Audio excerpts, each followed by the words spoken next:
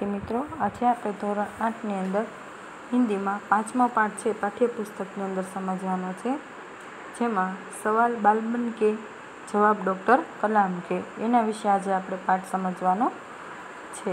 તો બધા પાઠ્યપુસ્તકની અંદર પેજ નંબર 28માં જે તમારો 5મો પાઠ છે તે કાઢો. તો આ છે તમારો પાઠ 5મો, सवाल बालमन के और जवाब डॉक्टर कलाम के. तो भारत के भूतपूर्व राष्ट्रपति डॉक्टर अबुल पाकिर जैनुलब्दीन अब्दुल कलाम एक वैज्ञानिक थे. भारत के आधुनिक क्षेपणास्त्रों में के निर्माण तथा प्रक्षेपण का उनका बड़ा योगदान रहा है. डॉक्टर कलाम बहुत ही सरल स्वभाव के व्यक्तित्व है. बच्चों से उन्हें बड़ा लगाव था. इसी पाठ में बच्चों ने उनसे विविध विषयों पर प्रश्न पूछे और डॉक्टर कलाम ने उनके उत्तर दिए हैं.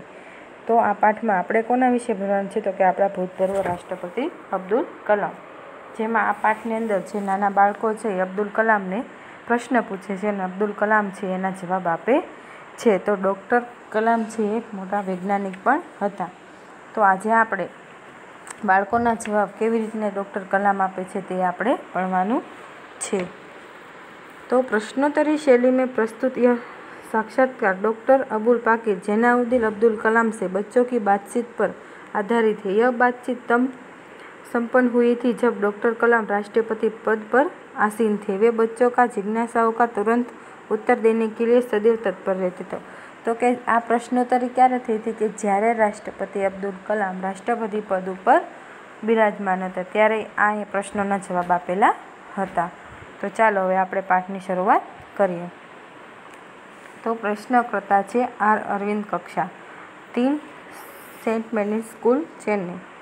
તો કે અરવિંદ નામનો છોકરો છે, ત્રીજી કક્ષામાં એટલે કે ત્રીજું ધોરણ ભણે છે અને સેન્ટ મેરીઝ સ્કૂલનો છે અને ચેન્નઈની અંદર આ બાળક છે. तो कि क्या आप अपने बचपन की कोई यादगार घटना में सुना सकते हैं? ये अब्दुल कलाम ने प्रश्न करे છે તો કે તમે કોઈ તમારા નાનપણની એક ઘટના જે છે એ અમને કહી શકો છો? તો અબ્દુલ કલામ છે એનો જવાબ આપે છે.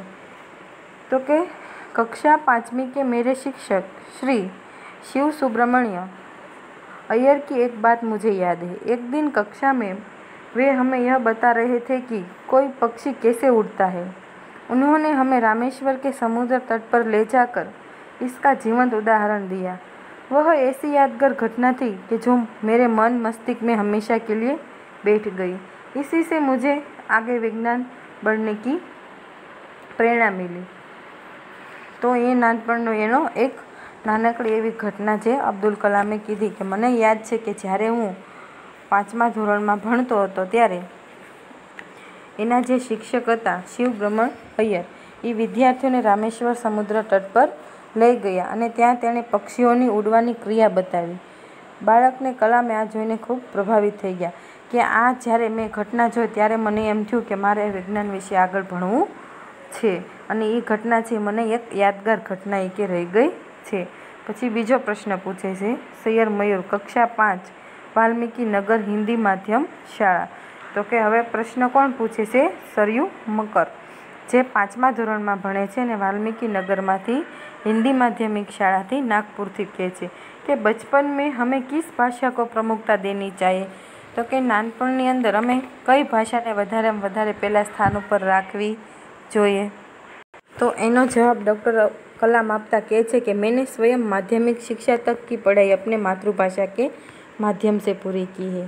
कॉलेज और उससे आगे की शिक्षा अंग्रेजी माध्यम की संस्थाओं में हुई.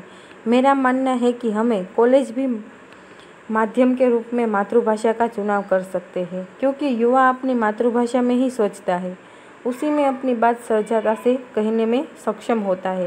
पर इसमें कोई भी दो राय नहीं कि वैश्विक स्तर पर संपर्क के लिए हमें अंग्रेजी जैसी एक संपर्क भाषा भी नितांत आवश्यक है. तो अब्दुल कलाम कहे छे कि આપણી જે શિક્ષણ મેળવવાનું છે એ માતૃભાષામાં મેળવાય છે, પણ એવું નથી કે અંગ્રેજી સાવ શીખવું જ નહીં. આપણે આગળ સંપર્ક જાણવા માટે વિશ્વ સ્તરે આપણે અંગ્રેજીનો પણ વિદેશી ભાષા જાણવી જરૂરી છે. તો ડૉક્ટર કલામ માને છે કે શિક્ષણનું માધ્યમ માતૃભાષામાં જ હોવું જોઈએ, કારણ કે વિદ્યાર્થી જે ભાષામાં વિચારે છે તેમાં જ તે પોતાની વાત સારી રીતે પ્રગટ કરી શકે છે અને વિશ્વ સ્તરે પણ જો સંપર્ક જાળવવા માટે આપણે અંગ્રેજી જેવી વિદેશી ભાષા પણ જાણવી જરૂરી છે. તો અબ્દુલ કલામ છે એ પોતે માધ્યમિક શિક્ષાની પઢાઈ એ માતૃભાષામાં કરી હતી, પણ જ્યારે એ કોલેજમાં આવ્યા ત્યારે એ અંગ્રેજી ભાષામાં શિક્ષણ મેળવ્યું હતું. પણ એ એમ કહે છે કે બાળકને હંમેશા માતૃભાષામાં શિક્ષણ મેળવવું જોઈએ, કેમ કે જેવું જે વિચારે છે તેવું એ લખે છે. એટલે કોલેજમાં પણ માતૃભાષાનો વિકલ્પ એને પસંદ કરવો જોઈએ અને વિશ્વના સ્તર સુધી પહોંચવા માટે આપણે થોડી ઘણી અંગ્રેજી પણ શીખવી આવશ્યકતા છે. હવે પ્રશ્ન કરતા બીજા આવે છે હર્ષ પટેલ, જે 5મા ધોરણમાં ભણે છે, ચંદુલાલ વિદ્યાલય મંદિર એની શાળાનું નામ છે અને મુંબઈથી બોલે છે. તો કે યદિ હમ આપકી તરફ બનના ચાહે તો હमें ક્યાં કરના ચાહીએ? તો એ ડૉક્ટર કલામ એટલે કે આપણે રાષ્ટ્રપતિને એવો પ્રશ્ન પૂછે કે અમારે તમારે જેવું બનવું હોય તો અમારે શું કરવું જોઈએ? કે એનો જવાબ આપે છે डॉक्टर कलाम कि जब आप युवा अवस्था में कदम रखें तभी आपको जीवन में लक्ष्य निर्धारित कर लेना चाहिए. हमेशा कुछ बड़ा सोचो, जैसे ही यह अनुभूति को हो कि आप आखिर बनना क्या चाहते हैं, तभी से उस दिशा में प्रयास और श्रम प्रारंभ कर दो. कहने का अर्थ है कि जी तोड़ मेहनत करो. जो आप आगे की ओर बढ़ेंगे तो आपका सामना बाधाओं तक कठिनाइयों से होगा.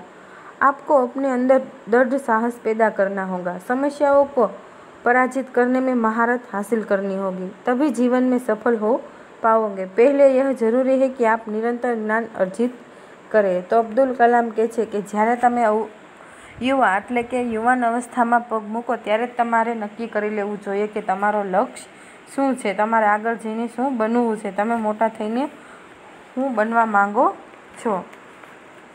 તો કે પહેલાં તમે એવું વિચારો કે તમારે શું બનવું છે. લક્ષ્ય નિશ્ચિત થઈ જાય ત્યાર પછી તે દિશામાં કઠોર પરિશ્રમ કરવાની અને તેમાં આવનારી મુસીબતોનો ઉપર વિજય મેળવવાની જીવનમાં સફળતા મળે છે. એટલે કે તમે જે કાંઈ પણ નક્કી કર્યું છે એ તમને આગળ ને આગળ એમાં ઘણી બધી મુસીબતો આવી શકે છે, પણ એ સફળતા તમારે પ્રાપ્ત કરવાની રહેશે. અને સામાન્ય આર્થિક સ્થિતિના બાળકો પણ સખત પરિશ્રમ કરીને સાહસથી આગળ વધીને મોટા માણસ બની શકે છે. પણ એ એમ કહે છે કે પહેલાં તમે તમારું જે જ્ઞાન છે જરૂરી એ તમે પૂરું કરી લો ને પછી તમે આગળ વિચારો કે તમે શું બનવા માંગો છો. તો હવે બીજો પ્રશ્ન પૂછે છે ચિરાગ જૈન, 7મા ધોરણમાં ભણે છે, જે મુંબઈથી જ પૂછે છે અને બાબે કેબ્રિજ અંધેરી એની સ્કૂલનું નામ હશે. તો કે वो कौन सी बड़ी चुनौती है जिसका सामना हमें आज करना पड़ा है? એ પૂછે છે કે એવી કોણ સી બડી એટલે કે એવી કઈ ચુનૌતી છે કે જેનો સામનો જે આપણે આજે પણ કરવો પડે છે એમ. તો ડૉક્ટર કલામ છે એનો જવાબ આપે છે કે भारत को सन 2020 तक एक विकसित राष्ट्र के रूप में परिवर्तन करना और देश के 1 अरब से अधिक नागरिकों के चेहरों पर मुस्कान देखना यही राष्ट्र के समक्ष सबसे बड़ी चुनौती है. તો એ શું કહે છે કે ભારતને 2020માં વિકસિત દેશ બનાવવો એ આપણા દેશની સૌથી મોટી ચુનૌતી છે. કે ઈસવીસન 2020 સુધી જો દેશને એક વિકસિત રાષ્ટ્ર બનાવવાની પોતાનામાં એક અબજ નાગરિકને સુખી કરવાનું કામ જે આજે જ આપણી સામે સૌથી મોટો પડકારરૂપ બની ગયેલો છે કે દેશમાં પર્યાપ્ત યુવા શક્તિ અને પર્યાપ્ત સંસાધન હોવાથી આ પડકારનો સામનો કરવાનું કામ પણ મુશ્કેલ નથી. પણ અત્યારે જ આપણે 2020 છે એ ચાલી રહ્યું છે અને જ્યારે અબ્દુલ કલામ રાષ્ટ્રપતિ હતા ત્યારે એણે કીધું હતું કે 2020ની અંદર મારે એક વિકસિત રાષ્ટ્ર દેશ બનાવવું છે અને એ જ મારા માટે એક મોટી ચુનૌતી બની ગયેલી છે. પછી એક પ્રશ્ન પૂછે છે હર્ષ ચાંડક નામનો છોકરો છે, 7મા ધોરણમાં ભણે છે, ડૉક્ટર AS રાધાકૃષ્ણ વિદ્યાલયથી મંડાલ તે અને મુંબઈની અંદર. તો કે આપકી દ્રષ્ટિ મેં સાહસ કી પરિભાષા ક્યાં હૈ? તો કે તમારી નજરમાં સાહસની વ્યાખ્યા શું છે એમ કહે છે, પરિભાષા શું છે? તો ડૉક્ટર કલામ કહે છે अपनी जान की परवाह किए बिना दूसरों को संकट या आपदों से बचाना ही साहस है. તો એ ડૉક્ટર કલામ કહે છે કે પોતાના જીવનને બચાવવાનો વિચાર કર્યા સિવાય બીજાનું જીવન જે આપણે બચાવી શકીએ છીએ એ જ મોટું સાહસ છે કે આપણે બીજાને એટલે કે દૂસરોને સંકટમાંથી નીકાળી શકીએ. પ્રશ્ન કરતા છે તરુણ પટેલ, કક્ષા 8 એટલે કે ધોરણ 8ની અંદર સ્વામિનારાયણ ઇન્ડિપેન્ડન્ટ સ્કૂલમાંથી લંડનથી પૂછે છે हम प्रवासी भारतीय मातृभूमि के प्रति गर्व की भावना कैसे विकसित करें? तो एम કહે છે અમે બધા પ્રવાસી જે ભારતની માતૃભૂમિ છે એના વિશે ગર્વની ભાવના કઈ રીતે વિકસિત કરી શકીએ છીએ? તો એનો જવાબ ડૉક્ટર કલામ આપે છે कि भारतीय मूल का कोई भी व्यक्ति एक बहुत भारतीय परिवार का अंग है और उसे हमारे देश की सांस्कृतिक विरासत पर गर्व है। सौभाग्य से आप लोग ऐसी स्थिति में हैं कि अपनी मातृभूमि से अच्छी तरह से जुड़े हुए हैं और यही आपके लिए गौरव की बात है। तो डॉक्टर कलाम કહે છે કે ભારતીય મૂળનો કોઈ બી વ્યક્તિ છે એ ભારતીય પરિવારનો એક સભ્ય છે, એ અમારા દેશની સાંસ્કૃતિક વિરાસત ઉપર ગર્વ છે કે અમે ભારત દેશના છીએ અને એને સૌભાગ્ય છે કે એવી સ્થિતિમાં એ એની પોતાની માતૃભૂમિ વિશે એ જોડાયેલા રહે છે કે પોતાની માતૃભૂમિમાં એની સંસ્કૃતિમાં એ જોડાયેલા રહે છે। તો એને એવી ગૌરવની વાત થાય છે કે ભારતીય છે એ એક પરિવારનો, એટલે કે હું એક વ્યક્તિ છું અને હું ભારતના પરિવારનો એક અંગ છું એમ, અને હું એની સંસ્કૃતિ ઉપર એનો ગર્વ કરું છું કે ભારત છે એ પોતાની સાંસ્કૃતિક એટલે કે પોતાના રૂઢિરિવાજો છે એ પોતાની સાથે રાખે છે અને માતૃભૂમિની આત अच्छी तरह से मैं ये बात जुड़ी हुई और यही आपके लिए गौरव की बात है એવું અબ્દુલ કલામ છે એ કહે છે। પછી પ્રશ્નકર્તા સત્યમ આવે છે જે 10મા ધોરણમાં ભણે છે, એ જિલ્લા સ્કૂલ મુંગેર से કહે છે कि जो भी बच्चे आपस में मिलते हैं वे कहते हैं कि वे एक प्रसिद्ध वैज्ञानिक, इंजीनियर, डॉक्टर आदि बनना चाहते हैं, पर किसान, मजदूर और कलाकार भी किसी राष्ट्र के लिए उतने ही महत्वपूर्ण हैं। हम ऐसे ही परिवारों से आते हैं, हमारे लिए आपका क्या संदेश है? तो ये એમ કહે છે કે અમે ગમે ત્યારે કોઈ પણ છોકરાને મળીએ છીએ તો એ એવી જ વાતો કરતા હોય છે કે મારે એક વૈજ્ઞાનિક બનવું છે, એન્જિનિયર બનવું છે, ડૉક્ટર બનવું છે, મોટા મોટા સપના રાખે છે, પણ ક્યાંક કોઈ એક ખેડૂત કે મજદૂર કે કલાકાર કેમ બનવા નથી માંગતા? અમે બધા તો એવા જ રાષ્ટ્રમાંથી આવીએ છીએ કે એવા જ પરિવારોમાંથી આવીએ છીએ। તો એમ કહે છે કિસાન અને મજદૂર અને કલાકાર એ રાષ્ટ્ર પ્રતિ એટલી મહત્ત્વપૂર્ણ નથી કે જેવા ડૉક્ટર, એન્જિનિયર અને વૈજ્ઞાનિક છે। તો તમારું એના કહેવામાં શું થાય છે કે કિસાન અને કલાકાર બનવું જોઈએ? અમે બધા તો એવા પરિવારોમાંથી જ આવીએ છીએ એમ। तो डॉक्टर कलाम जवाब आपे छे कि किसान, मजदूर, कलाकार और दस्तकार ये सभी हमारे राष्ट्र के अभिन्न अंग है। राष्ट्र निर्माण में हमें उन सभी की सेवाओं की समान रूप से दरकार है। आप सभी को चाहिए कि अपने अपने क्षेत्रों में खूब उन्नति करें। तो डॉक्टर कलाम कहे छे कि खेडूत छे, मजदूरों छे, कलाकारों छे, दस्तकारों छे, ये बधा हमारा राष्ट्रना एक अभिन्न अंग छे एम के एना वगर एक राष्ट्र से ही चाले ज नहीं। खेडूत छे अनाज पकवे छे, फल फूल वगैरह के पकवे छे, तो एना वगर राष्ट्र चाले नहीं, एटले के भारत देश चाले नहीं। तो ये भारत देशનું एक अंग છે। રાષ્ટ્રના નિર્માણ માટે એ બધાની સેવાઓ છે એ સમાન રૂપે અમને જોવે છે એમ। તો કે બધાની સેવાઓ છે અગત્યની જ છે એમ। હું તમને બધાને કહું છું કે તમે પોતપોતાના વિષયોમાં એટલે કે પોતપોતાના જે ક્ષેત્રો છે, ખેડૂતના છે, મજદૂરના છે, કલાકારોના છે, એમાં તમે આગળ વધો એમ કહે છે। તો હવે આપણે આગળ જોઈએ।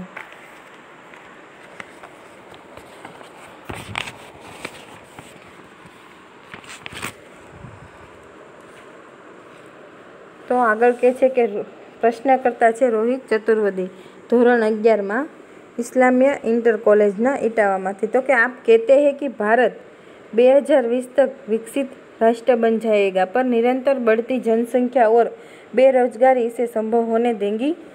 तो ये कहे छे कि तमे कहो छो कि भारत छे ई 2020 सुधीमां एक विकसित देश बनी जशे, पण आ निरंतर एटले के जे वस्ती વધતી જાય છે, વધતી જતી કે વસ્તી છે અને બેરોજગારી છે વધે છે, એ બધું આના લીધે કે સંભવ થઈ શકશે, વિકસિત દેશ બની શકશે, એવી રીતને પ્રશ્ન કરે છે।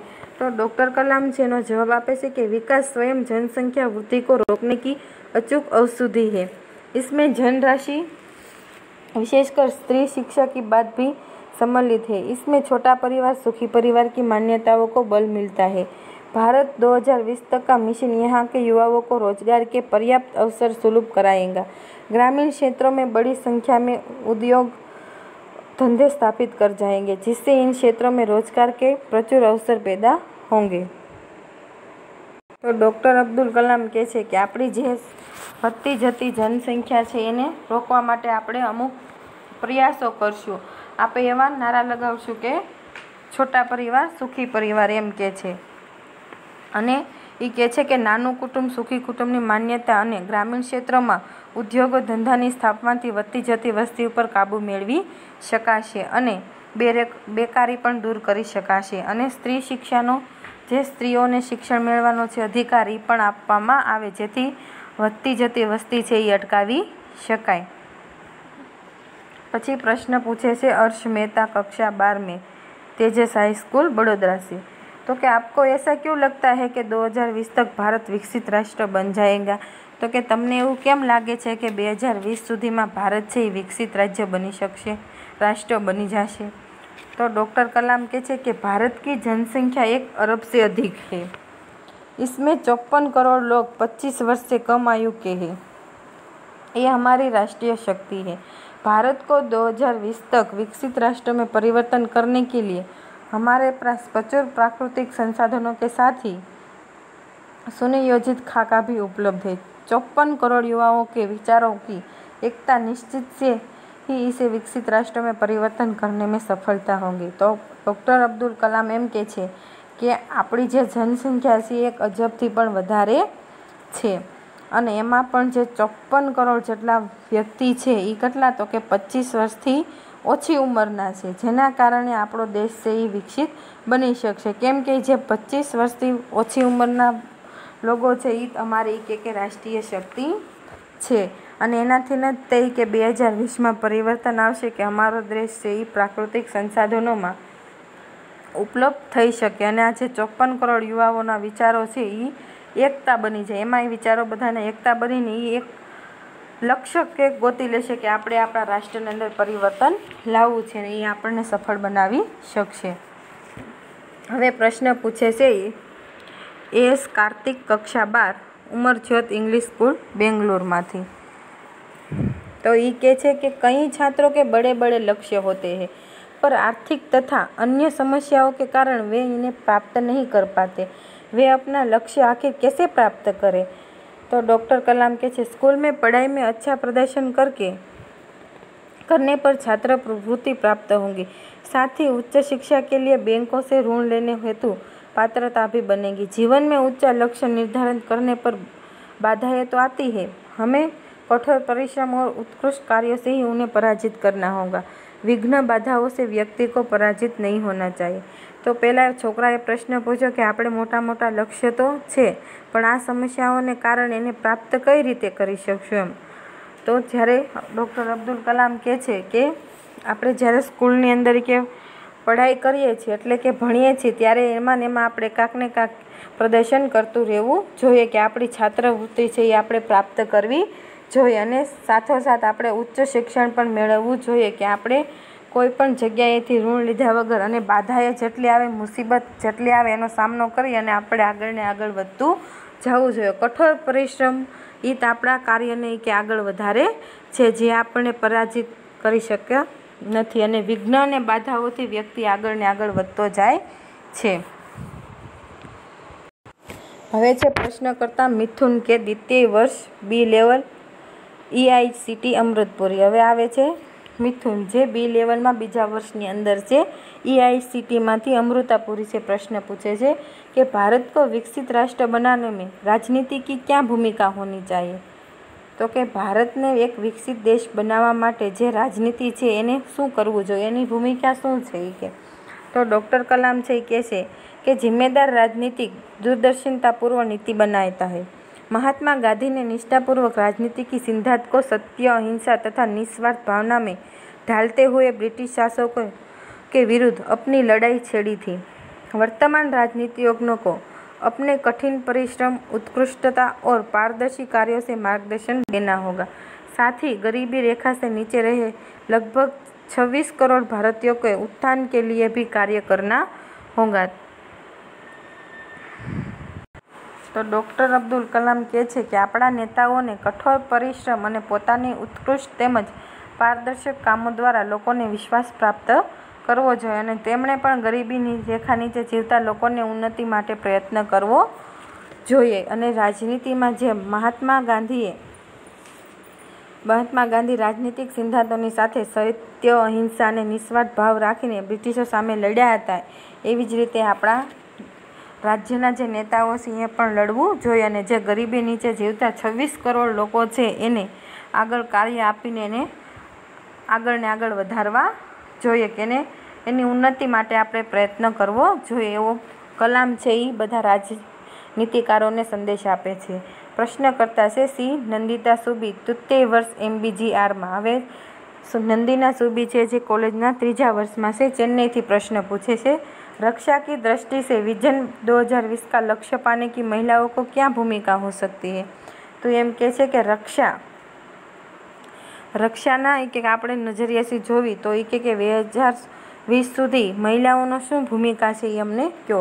तो डॉक्टर कलाम कहते कि विजन 2020 तक में रक्षा अनुप्रयोग के क्षेत्र की महत्वपूर्ण प्रौद्योगिकाओं के विकास पर विचार किया गया है कि राष्ट्रीय सुरक्षा की बात भी विजन 2020 का एक अभिन्न अंग है. सशस्त्र सेनाओं में नियुक्त के लिए पुरुष और महिलाओं के आधार पर कोई भेदभाव नहीं किया जाता. तीनों सेनाओं में पर्याप्त महिला अधिकारी नियुक्त है. राष्ट्रीय रक्षा क्षमताओं में वृद्धि के लिए महिलाओं उच्च स्तरीय सामरिक सेना बहुगुणक उपकरणों पर कार्य कर अपना सहयोग दे सकती है. तो અબ્દુલ કલામ કહે છે કે મહિલાઓને આગળ ને આગળ કાર્ય કરતા રહેવું જોઈએ. પુરુષ અને સ્ત્રીમાં ભેદભાવ રાખવો જોઈએ નહીં. ભારતીય સેનામાં પુરુષો અને મહિલાઓની નિયુક્તિમાં ભેદભાવ કરવામાં આવતો નથી. તો આજે સેનામાં મહિલાઓ પણ ઉચ્ચ સ્તરીય સેવા પ્રદાન કરી રહી છે. એટલે આપણે મહિલાને આગળ ને આગળ સ્થાન ઉપર રાખવી જોઈએ. અને એમાં પણ જ્યારે 2020 તકનું કોઈ મશીન આવે તો સુરક્ષામાં આપણે જેમ પુરુષોને સ્થાન આપીએ છીએ એવું જ મહિલાઓને સ્થાન આપવું જોઈએ, કેમ કે સેનામાં એવો ભેદભાવ રાખવામાં આવતો નથી. હવે આપણે છેલ્લો प्रश्न છે जोधपुर दौर पर डॉक्टर कलाम से एक बच्चे द्वारा पूछा गया प्रश्न है क्या हम अति विशिष्ट व्यक्तियों के दौर पर हो रहे अनावश्यक खर्च कम कर सकते हैं? तो एक बाળક જેવો પ્રશ્ન પૂછે છે કે આપણે જે વસ્તુની જરૂરત નથી એમની ઉપર ખર્ચ કરીએ છીએ તો આ વ્યક્તિઓને એ ખર્ચ કરવા આપણે રોકી શકીએ છીએ? तो डॉक्टर कलाम जवाब आपे છે तुमने इस मंच पर एक बड़ी सी कुर्सी देखी होंगी, वह कुर्सी अब यहाँ पर नहीं है. ठीक ऐसे ही अनुत्पादक चीज़ों पर हो रहे अनावश्यक खर्च भविष्य में नहीं होंगे. तो એમ કહે છે કે જે આ મોટી ખુરશી તું જોઈ રહ્યો છો એ ખુરશી અત્યારે અહીંયા પર નથી, કેમ કે આપણે જ્યારે આગળ વધીએ છીએ ત્યારે આપણે જે વસ્તુઓ જોતી જ નથી એના ઉપર ખર્ચ કરવો એ ભવિષ્યમાં નહીં થાય. એટલે કે બધાએ જે વસ્તુ આપણે જોતી નથી, જેનો ઉપયોગ આપણે કરતા જ નથી એની ઉપર ખોટો ખર્ચ કરવો જોઈએ નહીં. અને આ અનાવશ્યક ખર્ચ છે એ ભવિષ્યમાં થશે નહીં એવું અબ્દુલ કલામ છે એ આ છોકરાને જવાબ આપે છે. તો અહીંયા આ પાઠ આપણો જે પૂરો થાય છે. તમારે હોમવર્કમાં આ શબ્દાર્થ છે એ 2 વાર લાવવાના છે અને અભ્યાસના પ્રશ્ન 1 છે પ્રશ્નો કે ઉત્તર દીजिए એમાં 5 પ્રશ્નો છે એના સવાલ જવાબ લખી તમારા ક્લાસ ટીચરના વોટ્સઅપ નંબર ઉપર સેન્ડ કરવાના રહેશે. આવતા લેક્ચરમાં ફરી આપણે 6થો પાઠ છે એ ભણવાનો રહેશે. ત્યાં સુધી આવજો.